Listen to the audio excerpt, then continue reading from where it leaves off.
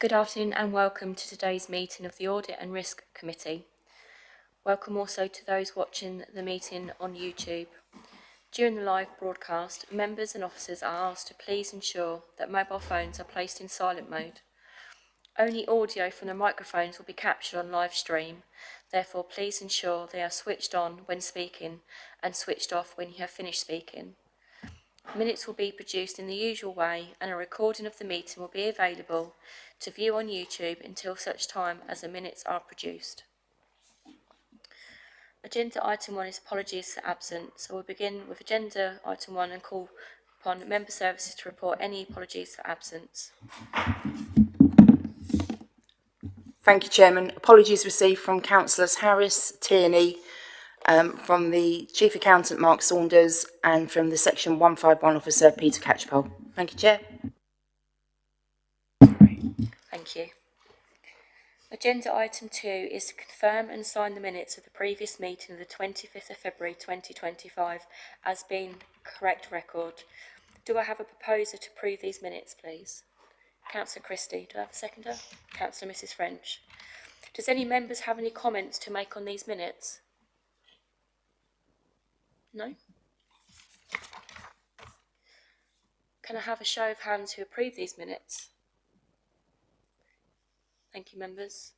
The minutes of meeting on the 25th of February 2025 are agreed.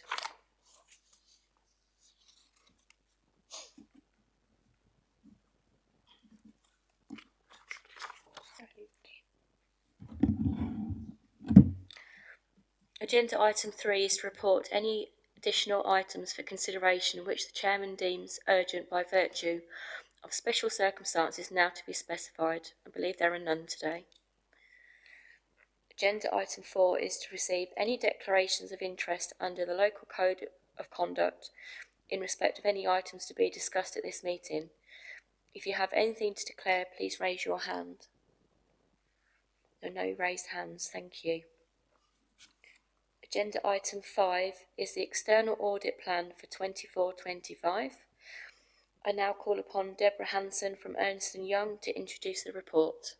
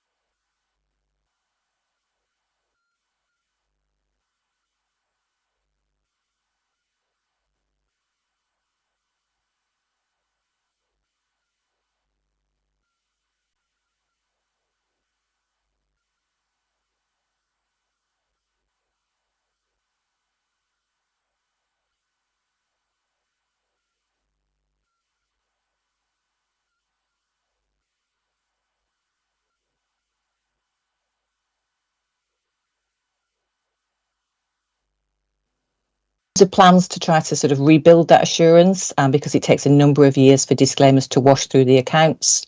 At the moment, we are not planning any additional procedures. We are waiting for guidance from both the National Audit Office and the FRC as the system leader to provide guidance on how they expect auditors to work towards rebuilding assurance over the coming years.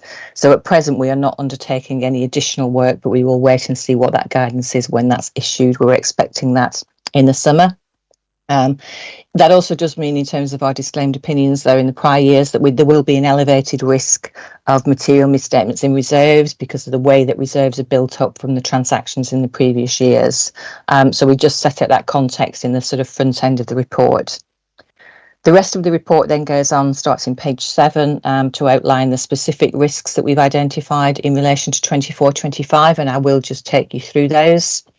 So the first page of the risks sets out the two fraud risks which we identify, and they're common to any local authority that's got a major capital programme, and will be the same risks that you've seen in previous years. So we've got the standard risk of misstatement due to fraud or error, which is driven by the presumption in ISA 240, that there is a risk of fraud or an error due to management override. And then we specifically identify a risk in relation to inappropriate capitalisation of revenue spend and inappropriate classification of revenue as REFCUS. And that's a specific risk, again, which is common to plans that you will have seen in the past. We've then also identified an inherent risk in relation to valuation of land and buildings and investment properties. And that's because they're highly material balances in the financial statements that are subject to valuation changes, impairments review, depreciation charges, and also a number of assumptions and judgments that need to be made in the valuation of those assets.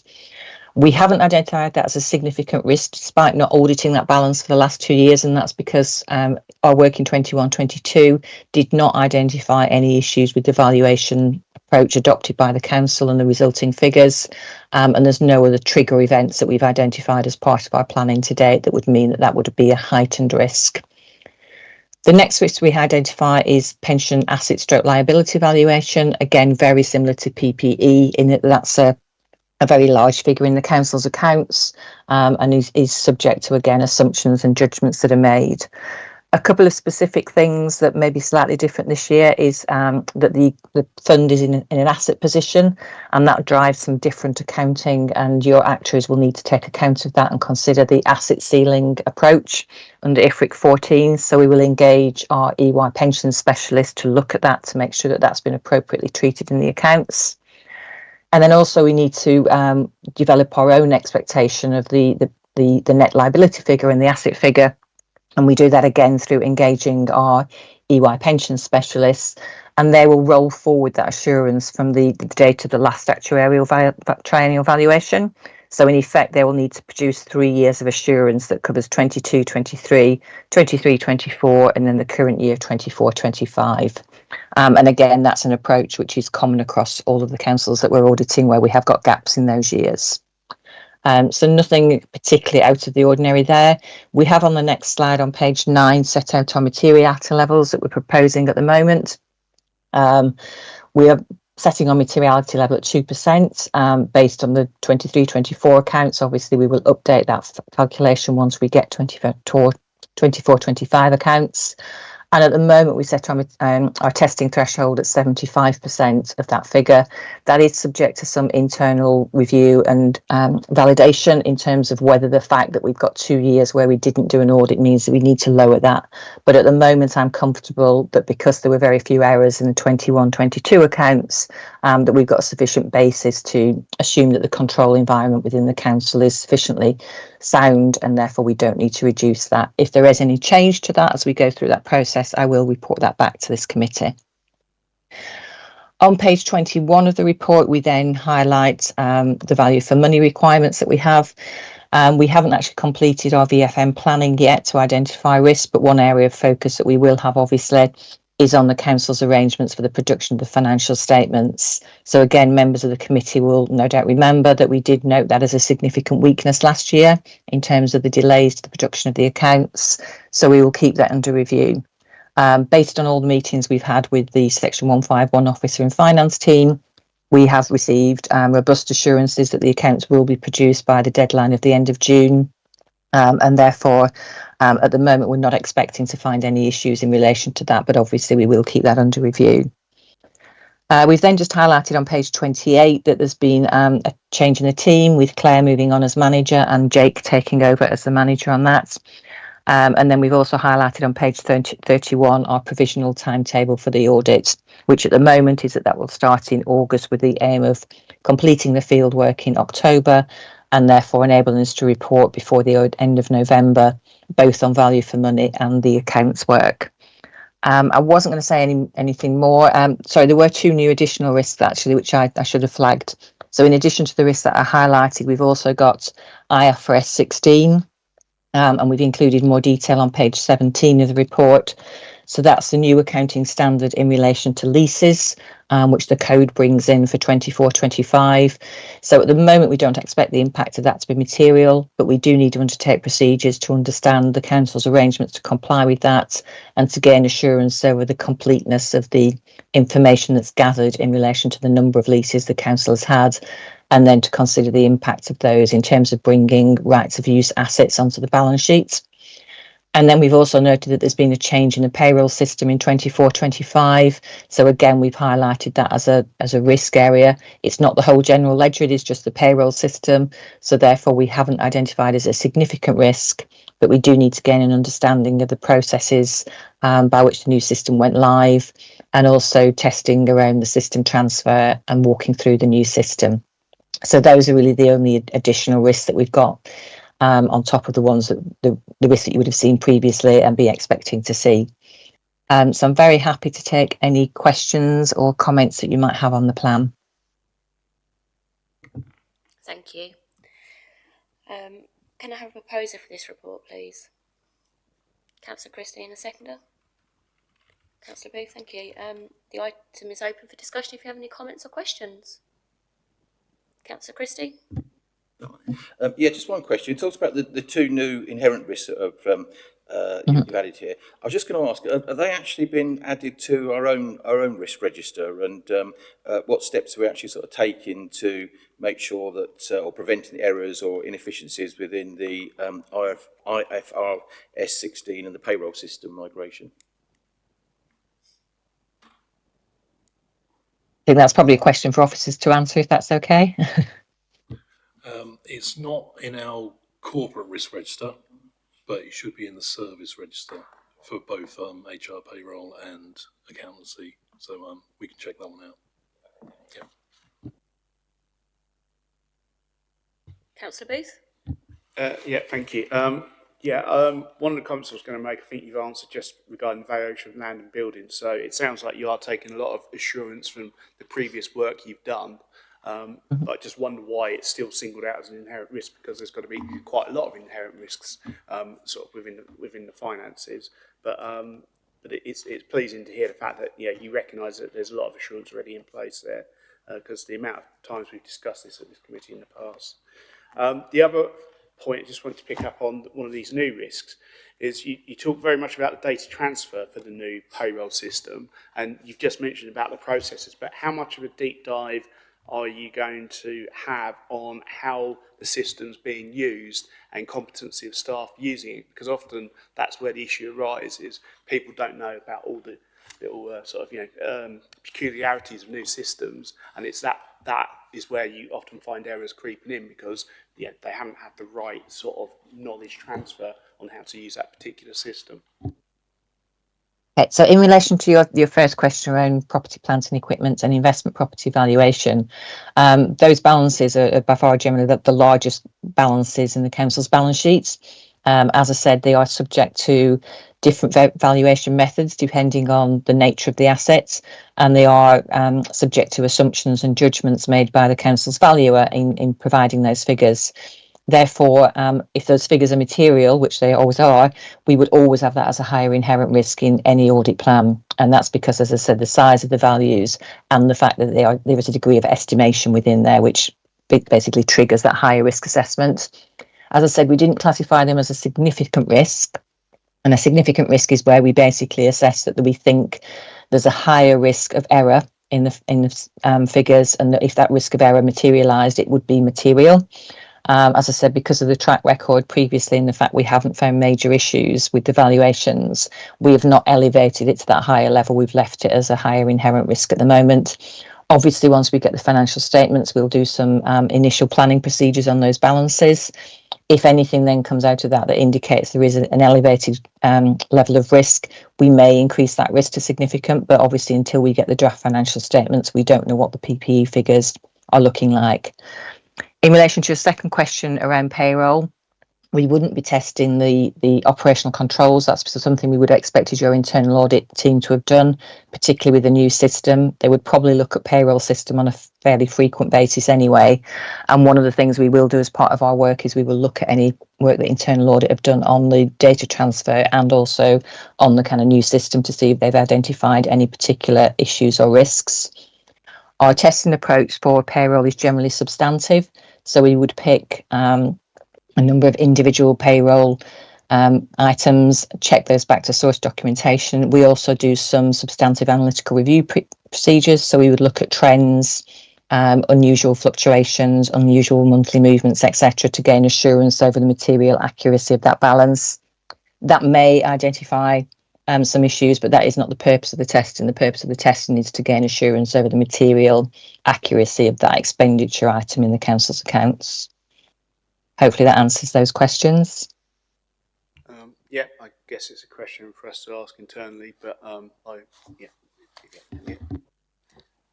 Yeah, happy to take that one. So yes, we have this year, 24-25, we're in the middle of just completing the audit of payroll, which does include the data migration, accuracy, and I've just, as we've been talking, I've just looked, and it does include user training and support as well. So it's also hopefully wrapped up in that one audit. And when we get to my bit, you will see that we have put it on the plan as well to do payroll, because as Deborah says, it is, you know, a high risk, high bill area. So it should be done more frequently than it certainly has been in the last few years. Another question? Yeah, sure. just one final point. You talked about the timescale for testing. What assurances do we have that you'll be on site? Because I know in the past you've had to change timescales for when you were going to be on site at very short notice, and it's caused a lot of these problems with the disclaimers in the report. So, you know, as a council, are you definitely going to be here doing the audit at the times that you've indicated? Okay, so at the moment, those are the timings we've got agreed. We are doing a final review of all of the audits that we've got, based from the Cambridgeshire office, but also from all of our other offices. So at the moment, our target was to actually complete all of our audits before the end of December. The statutory backstop date set in the regulations is actually the end of February 2026, but we were hoping to be able to finish before then so that we could start to bring audits forward and start to do planning earlier next year. It is proving somewhat challenging, so that there is some risk that could move a little bit, but I wouldn't expect it to move very much. If it does move, we will know that within the next few weeks, so it wouldn't be a late change. And I absolutely get your point about last minute changes to timings are not helpful. But as I said, if we do need to make a change to that, we will be communicating that on a more timely basis. In terms of are we planning to be on site, we have worked remotely for the last few years. We are definitely seeing benefits of getting back onto client sites and being in the same place as the actual finance team. So we are planning to discuss that with your finance team in terms of how many days a week we might be useful to come on site, what days of the week the finance team work on site, so that we can at least be maybe 1 day a week, we will actually come in and be in the council offices. Okay, thank you very much. Yeah, I think that's giving me assurances. Councillor Christie, did you want to come back in? Oh, sorry. Any other questions? No. There are no further speakers, therefore the recommendation is for the Audit and Risk Management Committee to note the content of the report. Can you please raise your hand if you disagree with the contents? There are no raised hands, therefore the content of the report is agreed. Thank you, Deborah. You're very welcome to stay, but appreciate you might want to leave. I'll stay for a few more of the items if that's all right, but I'll probably sure. just go off camera because it's quite scary being on the big screen, I think, in the room. So. No problem. But I'll continue to listen in if that's okay. That's fine. Thank you. Agenda item 6 is the Council's Debt Policy Report. I now call upon Sian Warren, Deputy Chief Accountant, to present the report.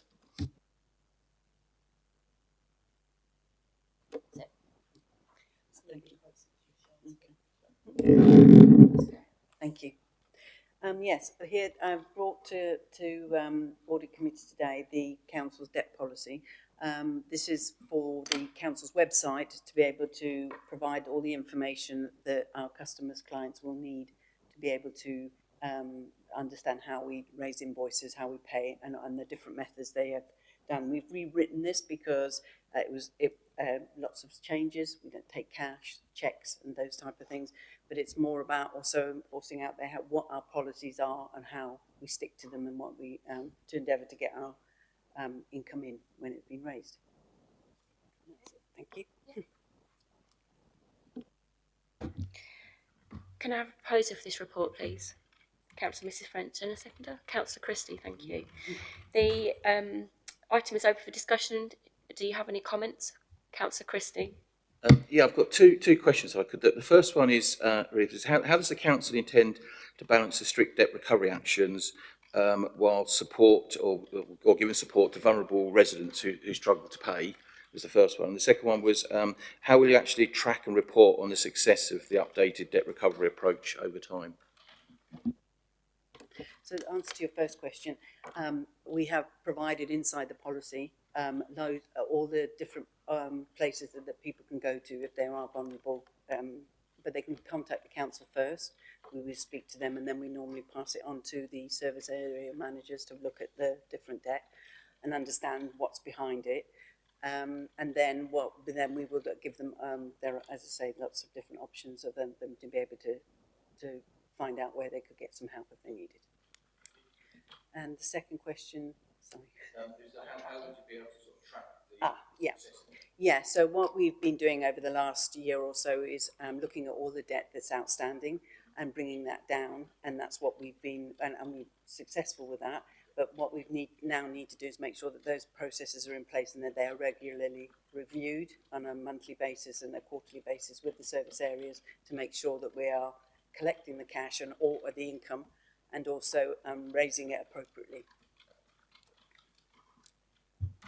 Councillor Booth. Thank you.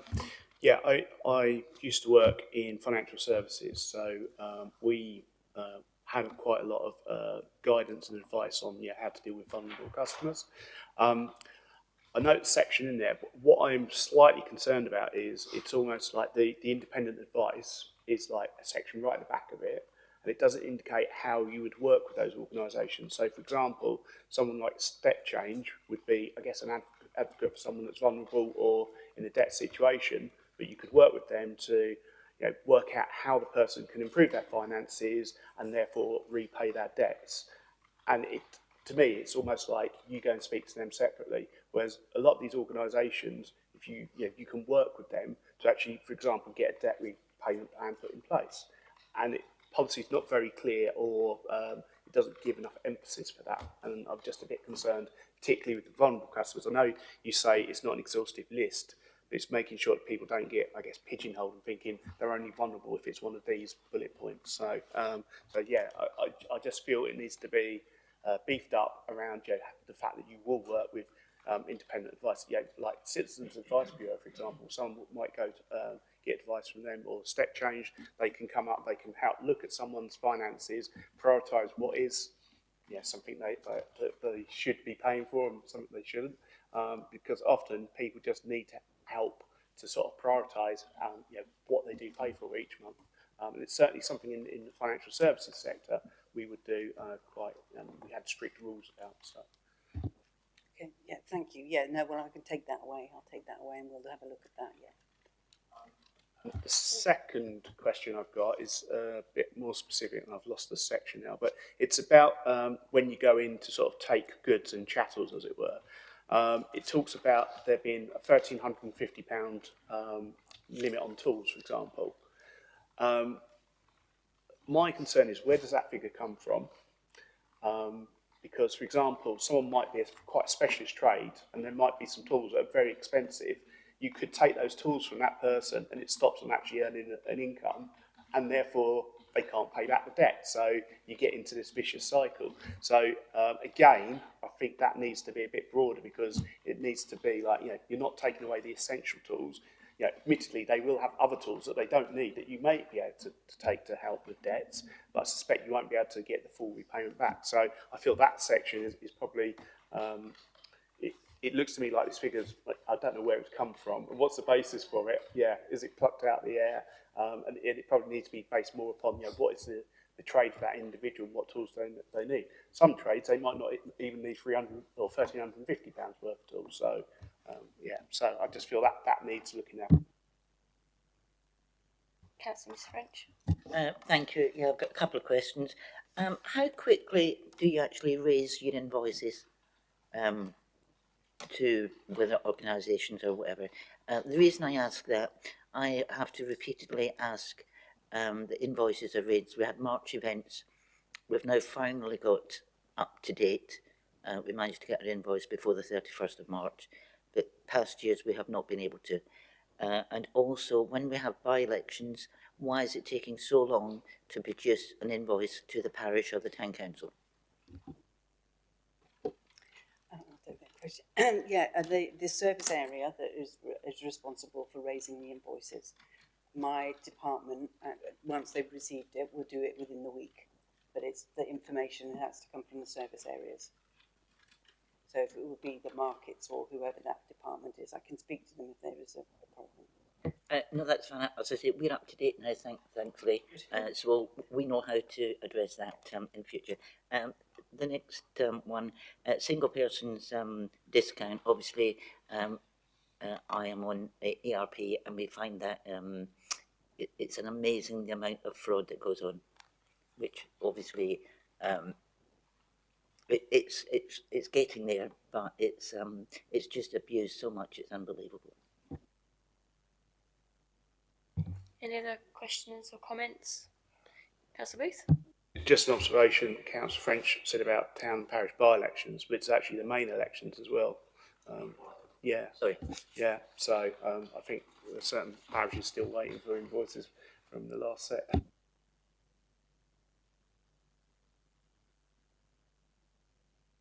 Last year.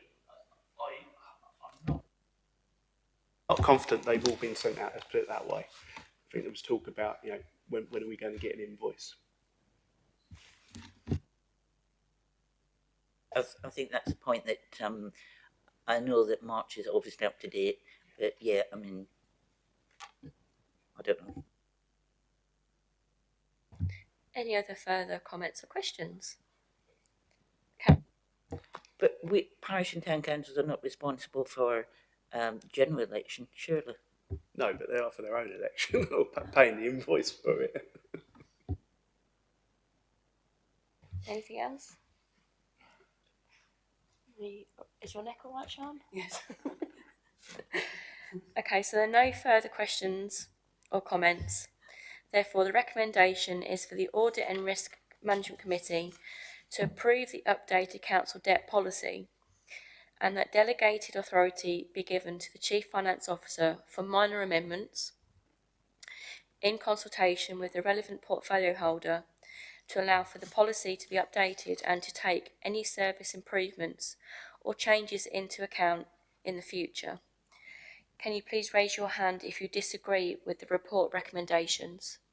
Point of clarification and the feedback we provided as well today. Yeah. Of course.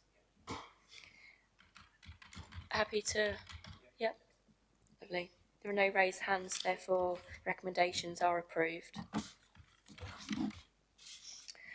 Agenda item 7 is the risk-based internal audit plan for 24-25.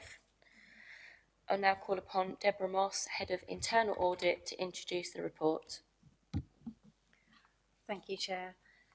So I think you're used to receiving this report annually. I'm required to give you one annually.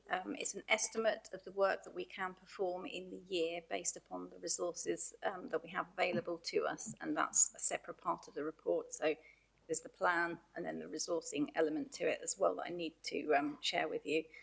So it aims to show how internal audit will support the aims and objectives of the council and focusing on the council's priorities and its identified risks, and then concentrate and focus our areas and our resources on the most vulnerable areas to the council of those risks.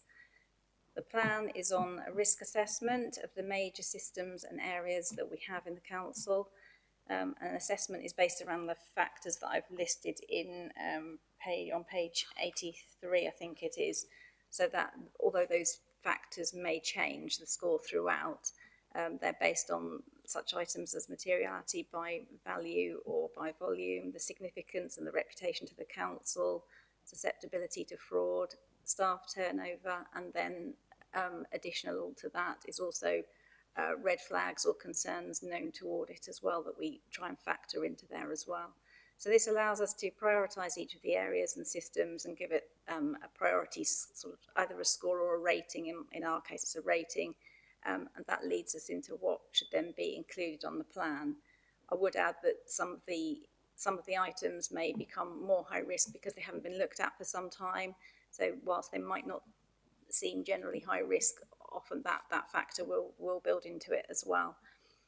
The standards require that the plan must be based on an annual assessment of the organisation's strategies, objectives and risks, and this must include the input from the board and senior management. So I have spoken to nearly all of the heads of service and certainly the senior management CMT to get their inclusion and their proposals to put into the report. I've also this year, I don't think that this is previously in here, but the plan now includes links to the corporate risks from the risk register. So you can see the link of why we're doing something. We shouldn't really be trying to do an audit area unless there is a risk present. Again, it's focusing our resources on things that matter rather than things that don't necessarily matter. Appendix C will tell you about the fundamental audits, the key financial areas that we have. Some of them are done annually. Some of them are under contract with ARP. Some of them are done by FDC. But the other ones are over a planned 3-year cycle as well, so that gradually you catch up and do each of the areas as you go through. Follow-ups, I know we've talked about before. These will be limited to red or high priority actions or areas where the report was given a limited assurance opinion, because to do anything more would just be too much of our time taken on that, and we wouldn't have enough time to do proper engagement work. So I don't know if you want to look through the plan and comment on that, but I will draw your attention to the point I made at the beginning, which was that I need to tell you about the resources. So as the report says, we've had a very recent change in that our full-time auditor is leaving us. As you know, we have a very small team anyway, so if any one of us left, it does have a severe impact on the deliverables. What I've proposed in there, and I have spoken to CMT about this and got their approval for it, is that we propose to you that this is a draft plan and that we'll come back to give you something more, more of a definite plan once we know what resources we've got in place. So yeah, Appendix A lists the actual items that are are proposed for this year. As I say, I've tried to link those so they've got a rationale and a scope for each of them and a link to the corporate risk so you can see. So happy to take any questions. Thank you, Deborah. Can I have a proposer for the report, please? Councillor Booth, the seconder. Councillor Mrs French. And now I open the item for discussion. Please raise your hand if you have any comments. Councillor Booth. It's just about the resourcing point that you just raised. So I take it we've started to recruit for the role. Is there any consideration given to using agency personnel to sort of fill the gap? What's the plans about sort of managing that? Because it's obviously quite a specialised area, and getting people to fill that role can be quite challenging, basically, to attract them to the council. Yeah, thank you. Yeah, I think challenges hit the nail on the head there, really. Yes, so we have already had approval to have a replacement or a different option of resource. So I did put that through to CMT straight away, and that's been approved. I think what we want to do is go for a permanent replacement, go out to the market with an advert and see what happens there. I'm mindful, like you, that might be a tall order, really, to try and get exactly what we want. Don't really want to go down the contractor route because that is expensive, and obviously one of the council's objectives is to keep that cost in particular down. So I don't really want to add to that burden by going out to contract, really. But I think we just have to see what we get. There are a couple of other options that I don't think I can share with you at the moment, but you know, internally possibly. We'll have to see how we go. We're also trying to rewrite the job description to make it a little bit more appealing, maybe, and see where we go with that. I assume you're going to like specialist recruitment agencies that deal with risk and audit type roles. There are a number out there. I know I used them previously when I worked at Building Society. We use them both for recruitment and also to get contractors in. So I think there's a number out in the market. So. Yeah, that's a good point. Today I spoke to HR, and I think previously we've used Hayes, but HR feel that we should just test the market using local LinkedIn and other social media types to start with. I think maybe just test the market first, see what we get, and then possibly go out to recruitments, like you say, and just specialised agencies. Councillor Christie? Yes, it probably sort of relates to the resourcing aspect as well in there, but the new audit that got in is around the Fell and Inspire projects, and I suppose in terms of prioritising the audits as well. What sort of plans have you got to be able to support the major project governance that's required on those sorts of projects? You've got a £40 million plus spend on that particular one. Well, that is one of the items that's on the plan. So we have got an item called Fell and Inspire Projects Governance. So that will be specifically to review the internal controls and the governance around those projects. I know Transformation, I've been looking today, have also got a project out around that. That's more, it was more of a checklist approach from their point of view that they designed so that people did the right procurement, first of all. Whereas I think we're coming at it from a more of a governance over the money and the stages and making sure everything's signed off properly before we spend this amount of money.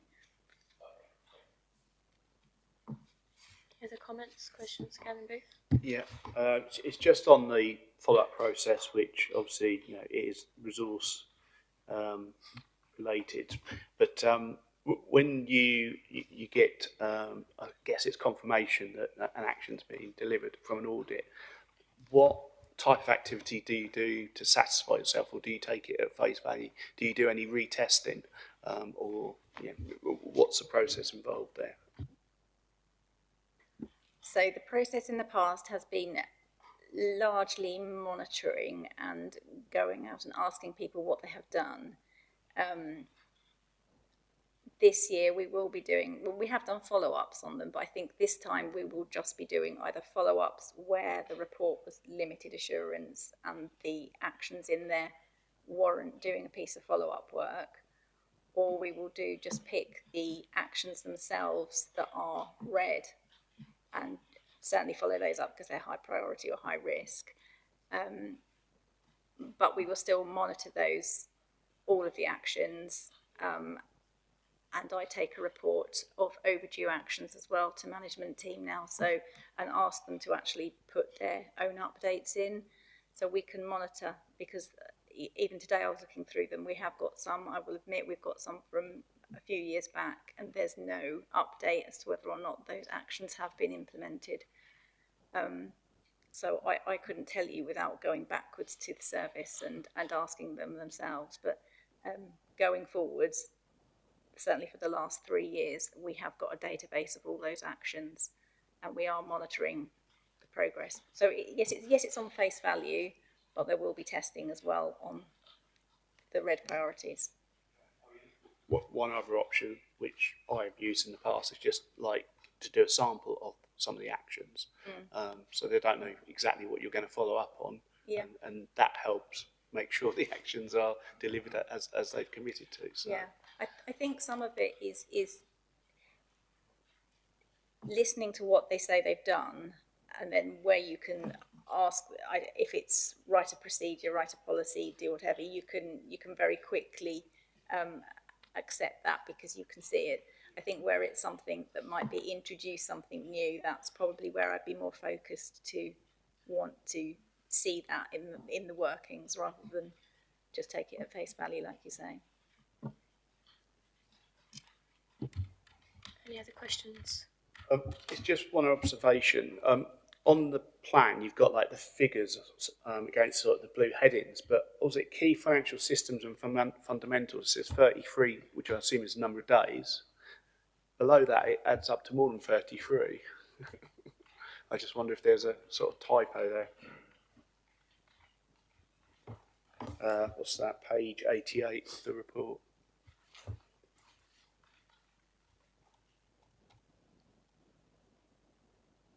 Yeah, you're quite right. I think that is because I added 2 more in after I did this. So payroll became a fundamental or an annual, and I added in budgetary control as well. So I think previously it had main accounting system and then the ARP one that we do, and then 3 from, so you're right. Okay. Does that mean we need more resource, or is the total resource figure still correct? To be honest, I just feel that the resources at this stage, until we know. Yeah. Oh, sorry. I think until we know what resource we've got, it's going to be really hard to just estimate which ones we do. Even I think possibly some of the fundamentals might just roll over to next year in favour of doing the high risk areas like Inspire and cyber security, things like that. Okay, thank you. Any other questions? No. There are no further speakers, therefore the recommendation is that members acknowledge the internal audit resources and consider and note the draft internal audit plan for 25-26. Can you raise your hand if you disagree with the report recommendations? Other thing, Chair, I think it'd also be useful if we could get an update on what's happening with the recruitment as we're going along. I guess not necessarily waiting for full committees to happen, just to provide us with assurance. Not a problem. There are no raised hands, therefore the recommendation is agreed. Agenda item 8 is the Risk Management Policy and Strategy Review. I now call upon Stephen Beecher, Head of ICT, Digital and Resilience, to introduce the report. Thank you, Chair. The Risk Management Group have recently discussed and reviewed the current policy and strategy document. After making quite a few changes 2 years ago at the last review, at this time we didn't believe there was any part of the document that would materially benefit from any change. So on this occasion we're presenting the report as reviewed but unchanged. Thank you, Stephen. Can I have a proposer for the report, please? Councillor Christie and a seconder. Councillor Booth, thank you. Any comments or questions? Councillor Christie. Yeah, just a couple of questions here. So I understand that no changes to the policy strategy in there. I just wanted to ask you how you actually ensure that all the departments that consistently apply risk management principles across the different service areas. And the second one is, they said, given that there are no amendments made this year, how do you actually assess whether adjustments will be needed in future reviews? So we know the services comply because they put their risks in their service management service plan each year, and we pick those up and then we monitor those, bring anything into the corporate register if we need to. The second one, how do we know if it will need changing? Yes, how do you assess whether adjustments will be needed in the future? It will just go through the review process as part of the normal risk management group. And see if anyone highlights any changes. Any other questions? Councillor Booth? I guess it's an observation. I mean, this is the overarching policy. What we're probably more concerned with is the actual operation of the risk management process. So, I mean, as far as risk management goes, there's plenty of template policies out there, but it's making sure we've got the robust process in place. So. There are no further speakers, therefore the recommendation is that members agree the latest risk management policy and strategy. Please raise your hand if you disagree with the report recommendations. No. There are no raised hands, therefore the recommendations are agreed. Agenda item 9 is a corporate risk register review. And I'll call upon Stephen again to introduce this report. Yeah, as you'll have seen, amendments or comments have been added to almost half of the individual risks within the current risk register, and these have been highlighted in green as usual. I didn't intend on going through all these individually as they are quite self-explanatory.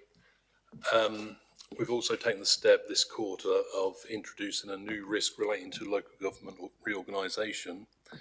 This has been done to help to manage any developing risks and to bring together in one place any updates or comments in relation to the subject.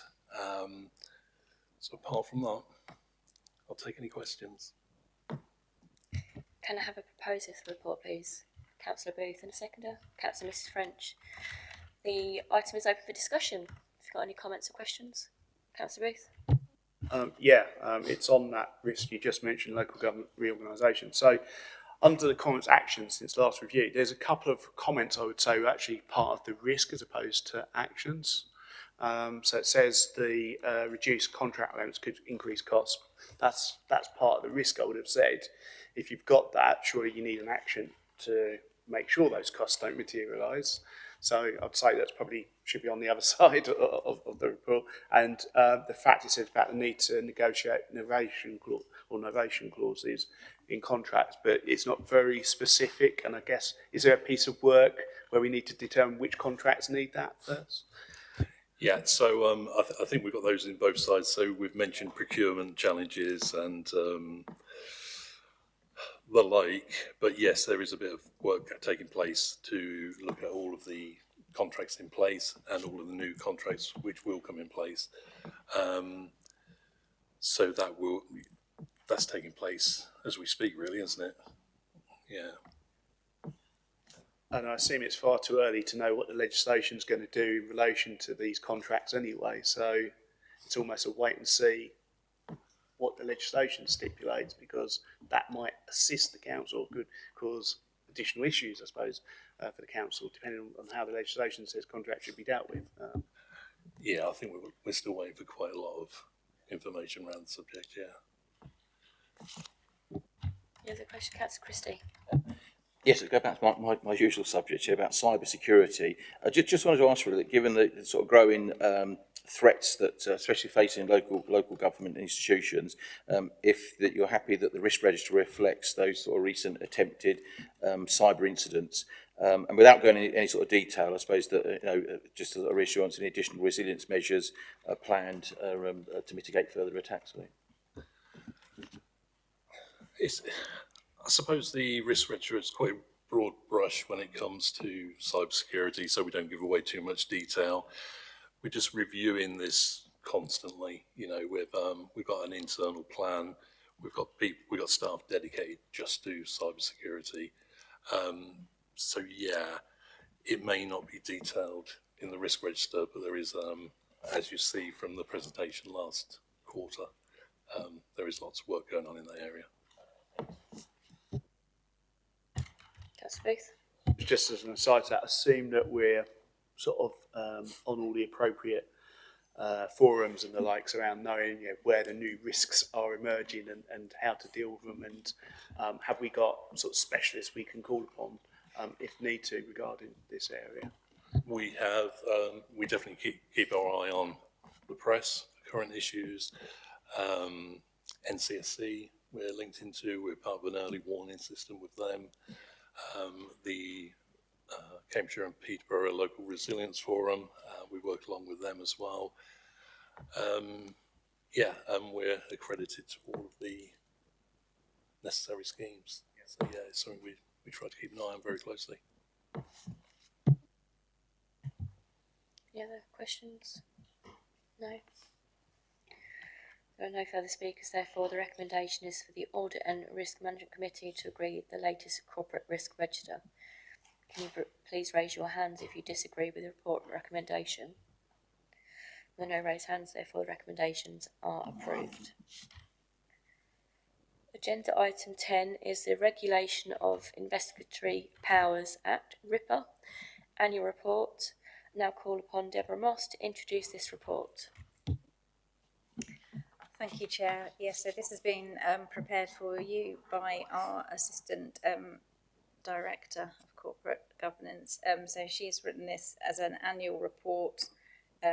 It's a constitutional requirement reflecting best practice that we provide an annual report to you to show that basically we are compliant with our responsibilities under the RIPA legislation, and that we have a RIPA policy and updated training, etc.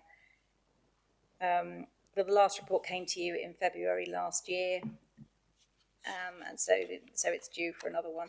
The report details the types of activity that are regulated by RIPA under the legislation, just to sort of give you the background information. And I can tell you in the last municipal year, so 24-25, we had no applications for the disclosure of communications data.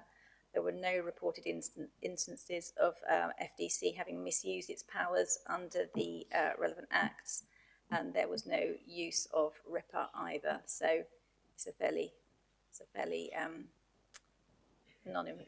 non-reporting report to you, really. But do you have any questions on it? Could I have a proposer for the report? Councillor Booth, seconder. Councillor Christie, thank you. The item is open for discussion. If you've got any comments, questions, Councillor Booth. I think I've said this for about the last 5 years. It's good that we're not overusing the powers, but I feel there is a particular area, i.e. fly tipping, where we're not using the powers because it is a blight on our area. And this report shows that we've not used those powers again this year. I'm sure there could have been instances where we could have used surveillance equipment at particular hotspots for fly tipping. I know a lot of other councils are doing it. I think Peter is probably the worst place in the east of England, as I understand it, and they're sort of using these types of powers from what I understand. We're a neighbour to them, and I think we're probably getting maybe some of our rubbish coming over the border potentially. It's just, we shouldn't be overusing these powers, but I think there are instances when we could be using it to improve our local environment, basically. Any other question? Councillor Christie. I suppose it relates to that as well. I just wanted to sort of understand how you ensure that officers remain sort of trained and prepared for potential future use of RIPA applications as well.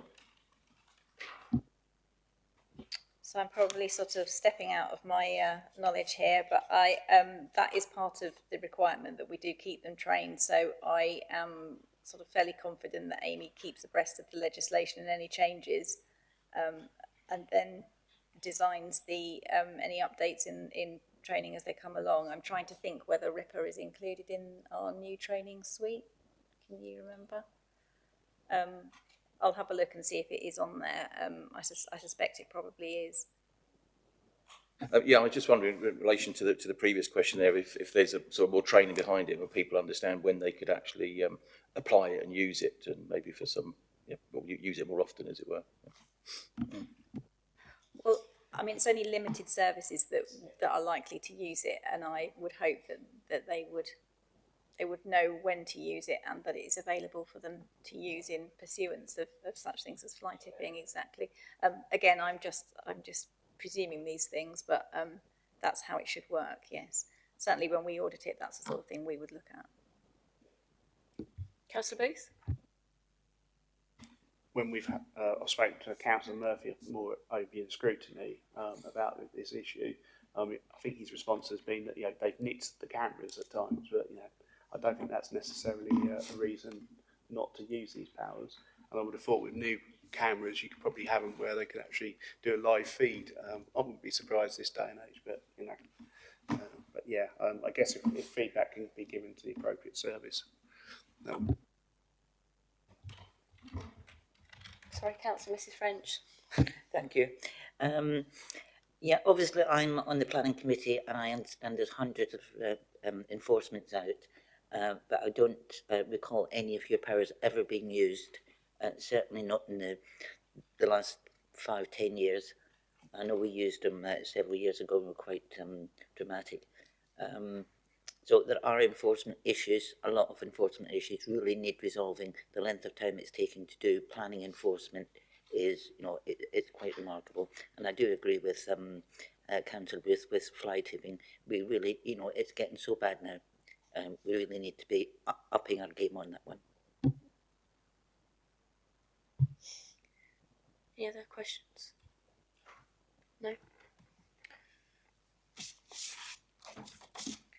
There are no further speakers, therefore the recommendation is for the Audit and Risk Management Committee to note this annual report on the Council's use of RIPA. Can you raise your hands if you disagree with the report recommendation? There are no raised hands, therefore the recommendations are agreed. Agenda item 11 is the Audit and Risk Management Committee work plan. Are there any questions or comments on this work plan? No. Work plan is therefore noted for information. Agenda item 12, items of topical interest, there are none.